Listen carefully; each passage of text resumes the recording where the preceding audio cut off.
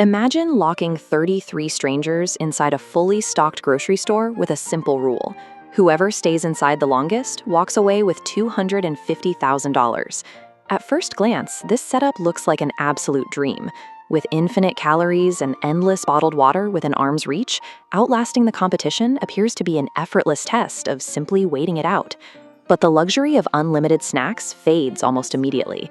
The store gets freezing cold at night. There are no beds, no comfortable places to rest, and zero electrical outlets available to charge a phone. Once the screens die, players are completely cut off from their families and the outside world. Combine that sudden isolation with sleeping on hard linoleum floors, and a massive wave of contestants voluntarily quit within the first few days. To outlast the competition in this environment, passive waiting is a guaranteed loss.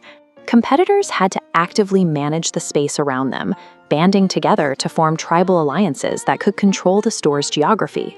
Almost immediately, the remaining shoppers stop acting like individuals and organize into competing micro-societies to survive. Looking at this blueprint diagram of the store, we can see exactly how these newly formed tribes divided the map. Factions like the Freezy Boys lock down the back warehouse areas, while another group completely commandeers the elevated manager's office. They pool their scavenged items to build highly defensible infrastructure. Teams stack paper towels and cardboard to create barricades, clear shelves to construct makeshift bunk beds, and even start routing hoses to build private, steamy showers hidden behind doors. A few alliances go a step further, stacking water jugs and metal racks to build heavy workout stations, establishing strict daily exercise routines. These custom habitats provide a critical buffer against the physical toll of the cold, hard store. Building and maintaining this infrastructure requires a team, making social alliances a biological necessity to keep your body functioning. Having endless access to crackers and canned beans keeps you alive, but it doesn't give you leverage over your neighbors. The Freezy Boys realize this fast. They establish their base directly in front of the meat section, laying exclusive claim to the high-value protein and immediately offering to barter it with rival teams. As the contestant pool shrinks down to the final 10 players, passive gathering turns into aggressive monopolization. Players start actively hoarding critical supplies to ensure their rivals go without. A super alliance coordinates a fake congratulatory ceremony specifically to lure the rest of the players to the back of the store. While the floor is empty, a designated runner sprints through the aisles, systematically swiping the store's only cooking burners.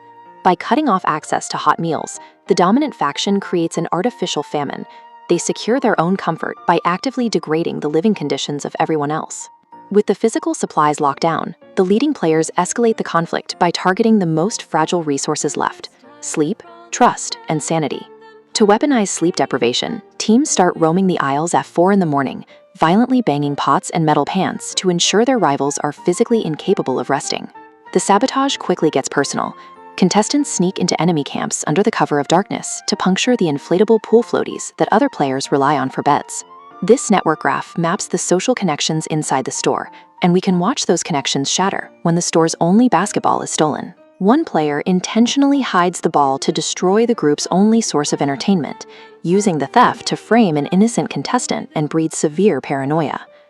By relentlessly destroying comfort and turning the social dynamics completely hostile, the aggressors weaponize the grocery store itself. They create an environment so agonizing that their opponents willingly forfeit. Weeks into the experiment, the sales floor looks like a disaster zone. The aisles are littered with debris, alliances are entirely broken, and contestants are pushed to the brink of severe sleep deprivation. The psychological weight of the store becomes so crushing that when the sponsor, Square, offers a $5,000 buyout at the door, exhausted frontrunners happily take the cash just to escape the hostility. Looking back at the starting line, starvation and dehydration were never actual threats to anyone's game. The true currencies that dictated who stayed and who left were entirely mental. Victory depended on getting enough sleep, maintaining tribal trust, and possessing the sheer psychological fortitude to handle endless friction. When you place strangers in a closed system with absolute abundance and zero authority, passive endurance is a losing play. The prize goes to those who use aggressive coordination and tribal unity to systematically break the opposition.